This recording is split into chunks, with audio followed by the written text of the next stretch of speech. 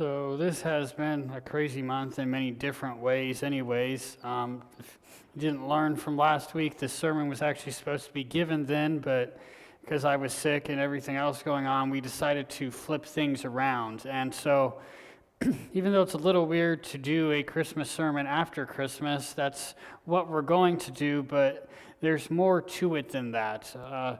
When Austin and I were going through determining the sermons we were doing and going through getting this whole 10-word sermon series set up, we ultimately decided, because he was doing the sermons after the 10 words, that I would be doing the Christmas one. And I think we pretty much had left it where I could do most whatever I wanted with it in terms of Christmas, whether I wanted to do, to the point of, setting all the facts straight that people get wrong because they don't fully read the Bible and go off of weird traditions or whatnot, or go to where I like to go. Instead of going to Matthew or Luke, I like to go to the Gospel of John and see how it's talking about Jesus coming in the flesh being the real reason for Christmas.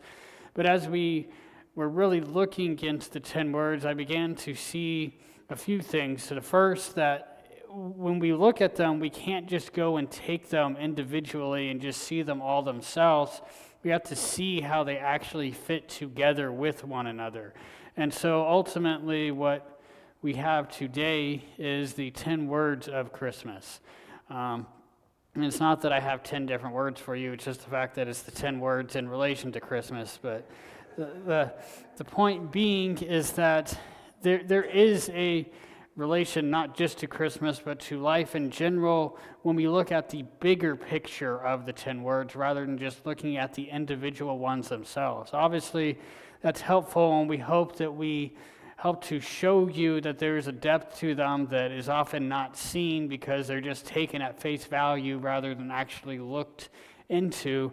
But when you look at them themselves, there's even more depth that you can actually find in it. I went and stole this from Austin's sermon on coveting, about the fact that coveting really is the basis for the problems when it comes to all of these. It leads to the idea of false witness, theft, adultery, murder. It leads to disregarding authority, leads to restlessness, blasphemy, idolatry, and ultimately to rejecting God. We can see when we really look at the idea of what coveting is, how it leads to all of the other problems that we have when it comes to the 10 words, along with other problems even beyond that. But one of the things that we might miss is the fact that it doesn't just give us the problem, but it actually also gives us the answer. It can be easy to look at the very first commandment of having no other gods as the solution to the problem, and in some ways it is, but there's actually another one that we have here that helps us to better answer how it is that we really actually solve this problem that coveting and everything else brings along, and it's actually the fourth commandment on rest. That when we really begin to understand what's at stake when it comes to it, we see that it actually becomes the answer to everything else. You can kind of look at it in the context of the Exodus itself, that the people were coming out of Egypt where they were slaves, and slavery really is a byproduct of coveting, when people can use others and not have to pay them anything or really give them too much besides allowing them to survive, and they can make money and benefit off of it. Again, it goes right back to the idea of coveting. But when God called the people out of Israel, he called them and led them to this idea of rest. And when you read the fullness of the Sabbath rest commandments, it talks about the fact that everyone was supposed to rest. It's not just the people who own the homes, it's their servants, it's even down to the animals got to rest, that everything is different, that they would work basically 24/7 in Egypt, but when they came out, they would have not just a whole day off every week, but every 7 years, they'd have a whole year off. And then in the 50th year, it would be basically a second year off after the 49th. And so there was something different that God was doing with the people. And so in many ways, the Sabbath rest is the contradiction to the coveting problem that was happening. And when we really look at where this idea of the Sabbath and the rest comes from, again, you have to go back to Genesis 2, and there are some things in there that actually give us a picture of why it is so important and what's so important about it.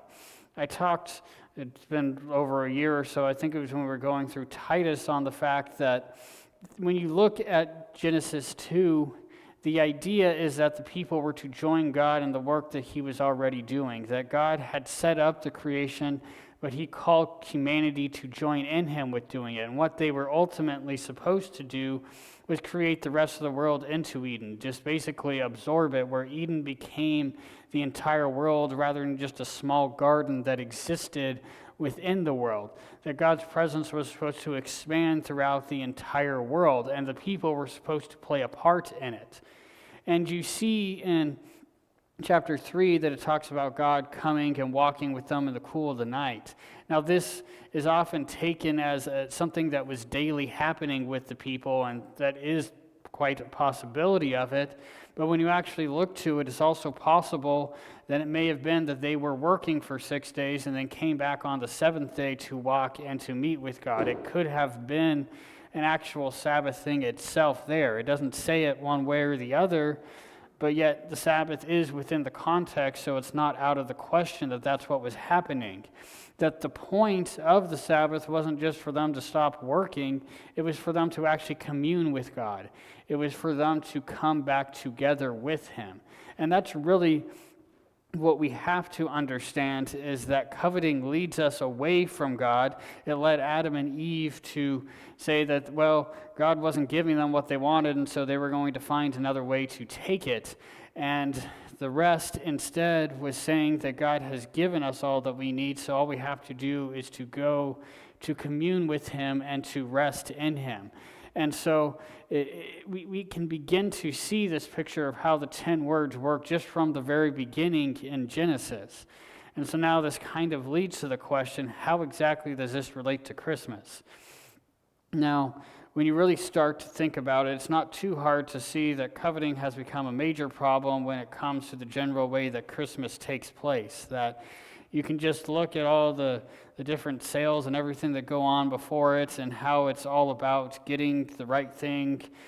They're trying to make it cheaper, or at least look cheaper, so that you're going to go out and buy it and maybe even buy more, or whatever it is. It's about getting, sometimes it's about getting the right stuff. Sometimes it's about giving the right gift, that you can covet even giving someone the right thing, or you can covet to the point of where you're trying to give someone the best thing that they get so you can get their attention rather than having anyone else have their attention, or whatever it might be.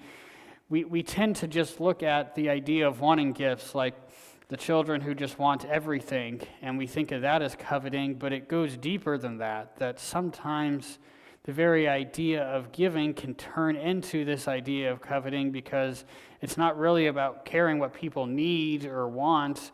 It's just about trying to make them like you more. It's about just trying to make them happy, giving them what they want, rather than something that might actually be of a benefit to them, even if they won't see it, at least as obviously.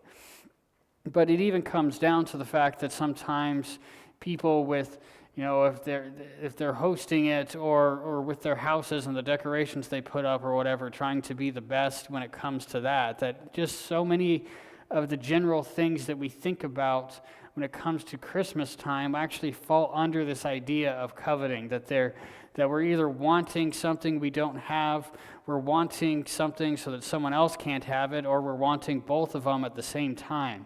And all of it falls under this category, and it becomes a major problem.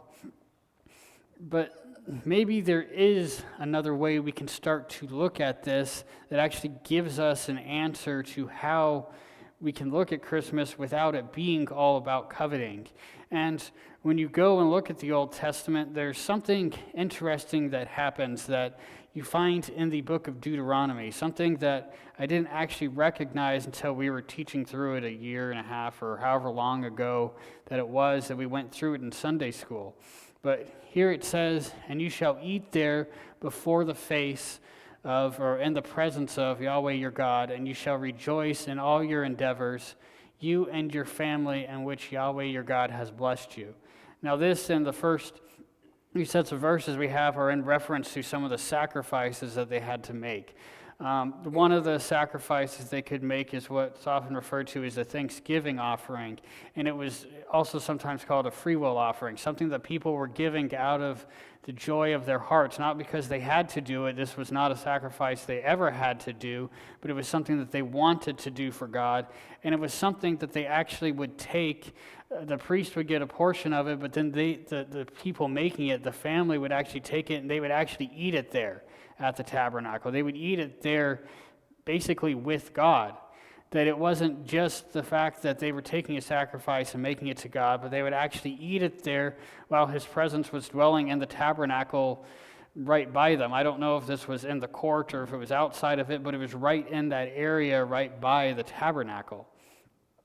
It also says, you are not allowed to eat in your towns the tithe of your grain and your wine and your olive oil and the firstborn of your herd and your flock and all of your votive gifts that you vowed and your freewill offering and donations. But only before the face of or in the presence of Yahweh your God you shall eat it, at the place that Yahweh your God will choose, you and your son and your daughter and your slave woman and the Levite who is in your towns, and you must rejoice before the face of your God in all your undertakings. So again, it reinforces this idea that they were to do these things before God in his presence, that the idea of everything that the people of Israel were doing, and I'm saying this goes down to the idea of the Sabbath rest, was about communing with God. But it wasn't just about that, it was communing with God with one another, that they were supposed to do these things with their families. It wasn't just the man going and doing these things, but the family would actually be with them in these situations. But it also wasn't just the sacrifices that they were supposed to do this, they were also supposed to do it with the feasts. It says, but only at the place that Yahweh your God will choose, to let his name dwell there. You shall offer the Passover sacrifice in the evening at sunset, at the designated time of your going out from Egypt, and you shall cook and you shall eat it at the place that Yahweh your God will choose, and you may turn in the morning and go to your tents. So again, they were to take, when they came for the Passover, they were to do it in the place that God had set up. In many ways, that's just a reference to the tabernacle, but it ultimately becomes a reference to Jerusalem itself when the temple is being placed there. But they were, again, supposed to go and do it in the presence of God. He says, 3 times in the year, all of your males shall appear before the face of Yahweh your God at the place that he will choose. At the Feast of Unleavened Bread, and at the Feast of Weeks, and at the Feast of Booths, and they shall not appear before the face of Yahweh empty-handed. So again, there were 3 different feasts that they would have to go to where the tabernacle was, or again, ultimately to Jerusalem, to appear at Passover, at Pentecost, and at tabernacles, that they had to go before God at all of those different times.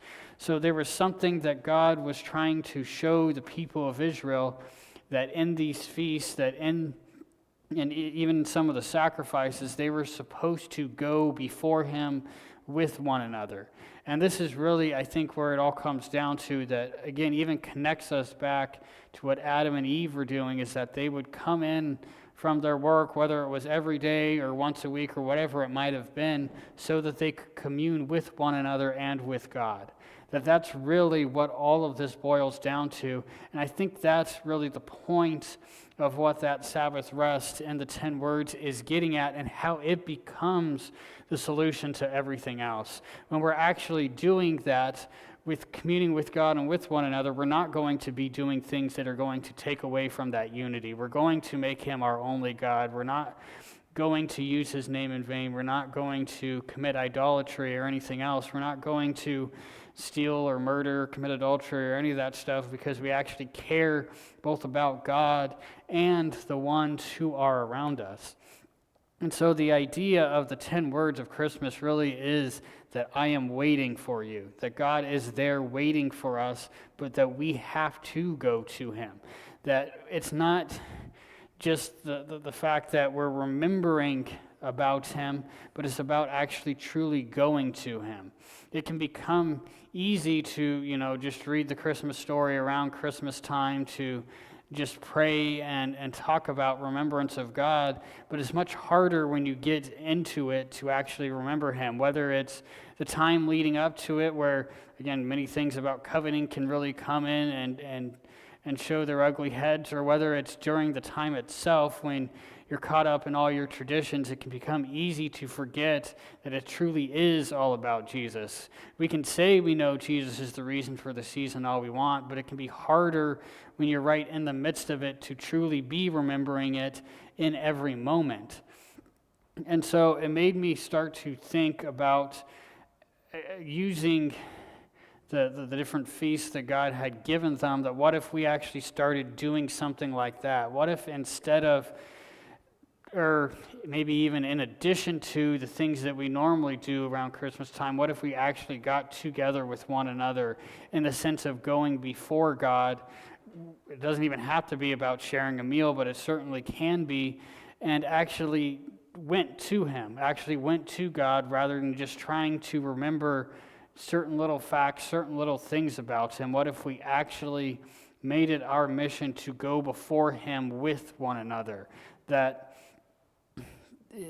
again, since obviously Christmas has passed, you can't do it on the day itself, but even still around the time of it, what if we actually chose to do that? What if we chose to get together with one another? And it's not, I don't mean in big groups like the potlucks we sometimes do at this church, but I mean smaller groups with one another, with people we know or don't yet know.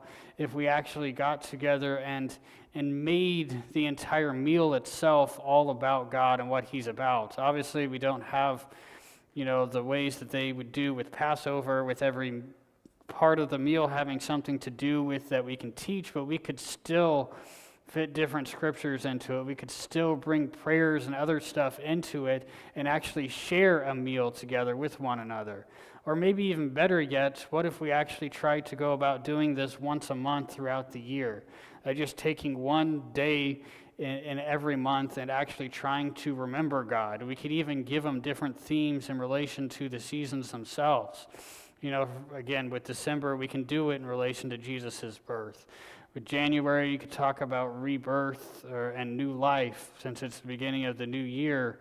Or you can, in April, probably you would celebrate the resurrection, and you can even take it to the point of, in July, celebrating actual allegiance to the kingdom of God, even over our allegiance to our own country.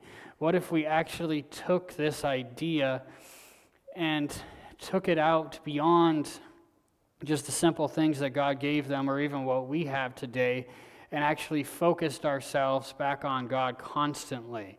That if we really wanted to do this, we could actually set up a whole structure, and I'm sure the pastors and elders could come up with all the scriptures we need and even help teach whoever would want to lead one of those groups, to lead people through sharing a meal together and remembering God throughout the entire thing.